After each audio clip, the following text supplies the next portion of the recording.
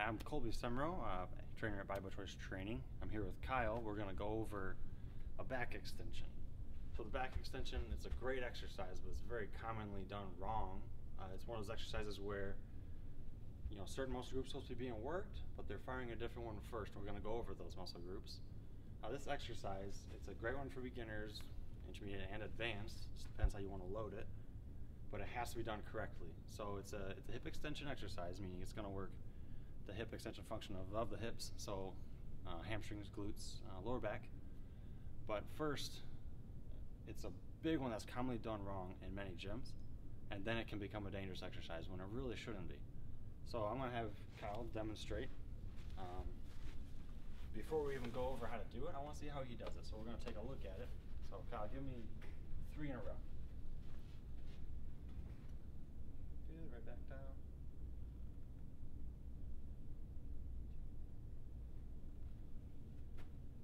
Good, you gonna hop off?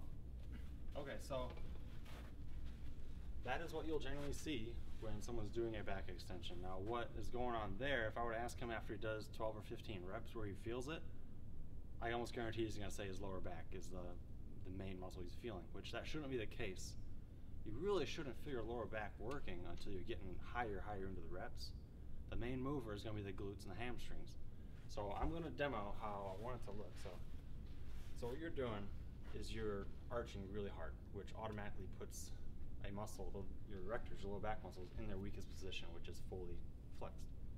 Okay, so I'm gonna adjust this for me, but what you wanna do first when you get up on here is find neutral. So to do that, you need to pack your ribs, flex your abs, and that kind of flattens out the lower back, right? Then basically from head to hip, you're just rotating down, hinging in the hips. Now the biggest thing, so what happens when people are coming up and they're arching really hard at the top, they're adding unneeded compression to the lower back, and that needs to be avoided at all costs. So instead you want to tuck your chin, and you want to treat this like a push instead of like a pull up at the back. So you want to think about taking your hips and pushing them as hard as you can into the pad, which is going to make it fire first, your glutes fire first, and everything kind of just follows. So it should kind of look like this. As you come down to a nice stretch, your chest is up, but you're not overarching. You're just kind of relaxed. Abs tight, and you just push your hips in and lock it at the top. Fully squeeze the glutes. This is as high as I can go, as high as I need to go, because I'm fully flexed in my hips, my glutes. Now if I want to arch, this is what most people do, and that's unneeded. So it should be more here and push, and everything kind of just follows. Okay, so Kyle, I want you to think about just forcing your hips into the pad to initiate the movement. Don't tense up here, tense your abs, pack your ribs, good, and then go down fully in, if you feel pulling the hamstrings, a little lower if you can, good, and then push your hips into the pad. Good, go down again, tuck your chin, and push, and everything just follows. Okay, good. Do a couple more, only go as high as you need to for your glutes to be fully flexed there. Good, do a few more. Push, there you go. One more. Good, you can hop up. So, if you could see, you can actually visually see his glutes fire first, and the back kind of just follows with it.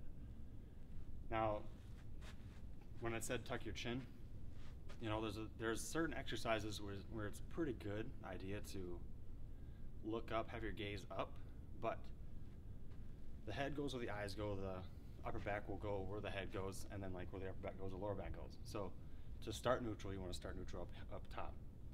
And that'll treat it more like a push rather than a pull up. So everything should be locked, spine-wise, and your legs are doing the movement, doing the work. So next time you do this exercise, pay attention to what you're feeling work first. You should feel your glutes fire first in the movement, and to do that, initiate that push into the pad to raise your entire body up. So give it a shot, force your hips into the pad, and see if it helps you actually feel your glutes activate in the movement.